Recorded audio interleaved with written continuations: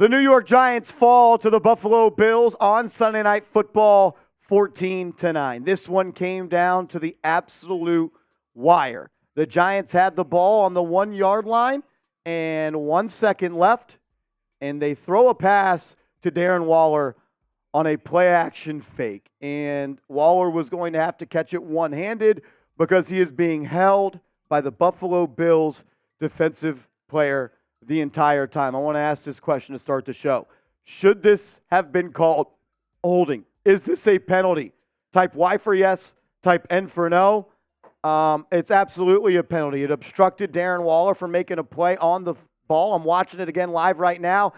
Taron Johnson had both hands on Darren Waller the entire time, and Waller was unable to get that second arm up. Ball was a little bit high from Tyrod Taylor, but I'm not going to criticize the throw too much. He gave his guy an opportunity. Waller almost hauled it in with one hand, unable to get two on it because Taron Johnson, DB for the Buffalo Bills, mugged Darren Waller on that play. New York Giants fans, you were cheated out of this game. You should have had another opportunity to run a play from the 1-yard line. Didn't happen. Now you're 1-5 headed into Week 7 against the Washington Commanders. Very, very upsetting. Look, it's a tough play, but the Giants honestly never should have been in that position. We'll talk about that in a little bit. Let's break down some stats from this one.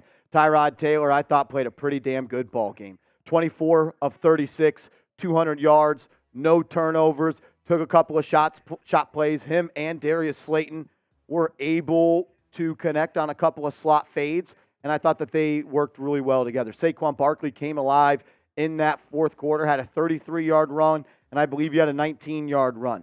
But I'm going to go back to the 3rd and inches call before the Giants got that eventual stop on Buffalo where they missed the field goal. Giants had the ball with about 2.5 minutes left. It's 3rd and inches. Game is on the line, and Saquon Barkley is not in the game. How is Saquon Barkley not in the game on 3rd and inches? It's kind of crazy to me. 3rd and inches. And your star running back is not in the game after he just ran for 60 yards that drive. Game's on the line. Season's on the line. How is he not in the game? What about this one? What about the play before halftime? What happened in that situation? You had the ball on the 1-yard line, no timeouts, 14 seconds, and you run the ball with Saquon Barkley, and you're unable to get another playoff. Brian Daboll goes up to Tyrod Taylor. At halftime, he's yelling at him, saying something, why'd you check out of that? Tyrod Taylor made a check at the call, tapped his helmet. That means play number 2. Just like Chris Collinsworth said on Sunday Night Football, it was a 2-play set. First play is a pass play. Second play is a run play. So don't tell me that it's completely on Tyrod Taylor, because if you didn't want the Giants to run the football, Brian Daboll, Mike Kafka, who's ever calling plays, if you didn't want Tyrod to throw the ball, don't give him the option to if you don't want him to run the ball, don't give him the option to check into a run, because that's what he did. He checked into a run. I've never seen Daniel Jones call an audible, so don't tell me that the quarterback just has the opportunity to call an audible. He went to the line with 2 plays. If you didn't want him to run the ball, don't give him the opportunity to do that. Plain and simple, the Giants had the ball on the 1-yard line to close the second quarter. They had the ball on the 1-yard line to close the fourth quarter, and they came out with 0 points. I already know people are saying first and goal to win the game from the 1-yard line. Why didn't you hand the ball off to Saquon Barkley? Well, you did it to close the first half, and you didn't get a touchdown there. Obviously, they didn't trust him. It's very frustrating. Very frustrating. But at the end of the day, huge shout out to this Giants football team. The players. The players battled their asses off. Bobby Okereke, he balled the hell out, man. He played like his hair was on fire. Playing sideline to sideline, getting downhill. The Giants coaches lost them this game. Not the defensive coaches. They're offensive coaches. You didn't score a touchdown. Again, you haven't scored a touchdown in 3 games. You got to score points. Your defense played their ass off, holds Buffalo to less than 300 yards, holds Josh Allen to 169 yards through the air, forced 2 turnovers. You win the time of possession. And you don't win because you can't score a touchdown. It's as simple as that. It's as simple as that. You had the ball at the 1 yard line to close the half. Can't score. You had the one ball at the 1 yard line to win the game. You can't score. Very, very frustrating as a Giant fan. It really is. We'll break this one down as we can as I try to collect my thoughts. But if you do enjoy playing daily fantasy, go to prizepicks.com/CLNS and use the promo code CLNS. And PrizePicks is going to match your initial deposit of up to $100. Put $100 into your account. PrizePicks will give you $100 as well. You have $200 to play with. How does it work? You select a lineup of 2 to 6 players. You simply select more or less on the projected stat line, and you go from there. PrizePicks is going to set a stat total for every player for a bunch of different types of stats. It's just you versus them. Not 1,000 people, not 1,000 computers, no sharks, none of that. It's the best way to play daily fantasy, and it's the best way to actually win money by doing so. Go to prizepicks.com/CLNS. That link will be clickable in the comments and description of today's show. Alex, what up, brother? Says, this team is so effing bad. Cost me $5,000. I'm so slow to think the Giants could score 13 small little points, never spending $1 on this trash team. Yeah, don't bet on the Giants. Don't bet on the Giants. Look, I honestly thought Tyrod Taylor played well, man. I thought he battled. I thought he had great pocket mobility. I don't really have any bad words to say about Tyrod Taylor. I know some people are going to blame him for the check at the line of scrimmage. Yeah, he needs to be better than that. And as a 13-year vet in this league, you got to know you can't run the ball right there. But I'm always going to blame the head coach on that. He had 2 plays at the line of scrimmage. Chris Collinsworth said it. Everybody's saying it. It's not just my words. Tapped his head. That means play number 2. And they checked into a run. They got stuffed, and they couldn't get a play off.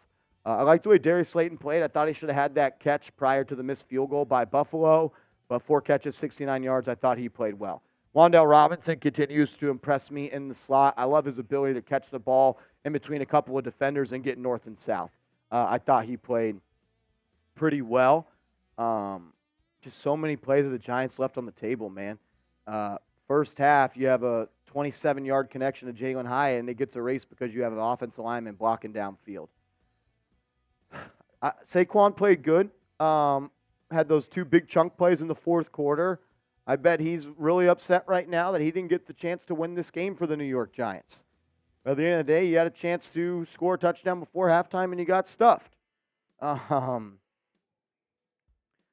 It's tough. It's absolutely tough. Good that he was able to finish the game healthy. Man, tough to find the words for this one. Very frustrating. What about y'all? Let me know what you're thinking, because I'm at a loss for words right now. Why did the Giants lose to the Bills? What do you think? What's your reason? Why did the Giants lose to the Bills? I know a lot of people are going to say the refs. It's not the refs. It's not. He scored 9 points. I mean, scored 9 points. Your defense played their ass off. Bobby Okereke played great, man. Micah McFadden played great. Dexter Lawrence, I thought, played good. Leonard Williams, I thought, played good. Kayvon left a couple of plays on the game. Left a couple of plays out there during the game. But overall, man, I don't think you can ask. I don't think you can ask any more of your defense, man. You held the Buffalo Bills, a top 5 scoring offense, 14 points. Look, I'm going to go back to that first half play. That's why the Giants lost this, in my opinion. Look, you're a team that is starving to score touchdowns.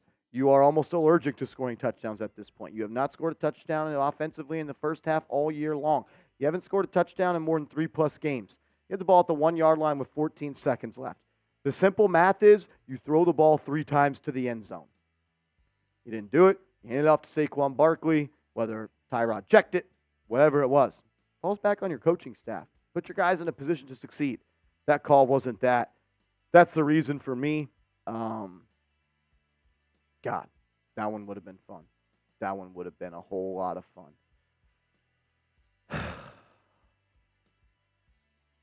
Frustrating.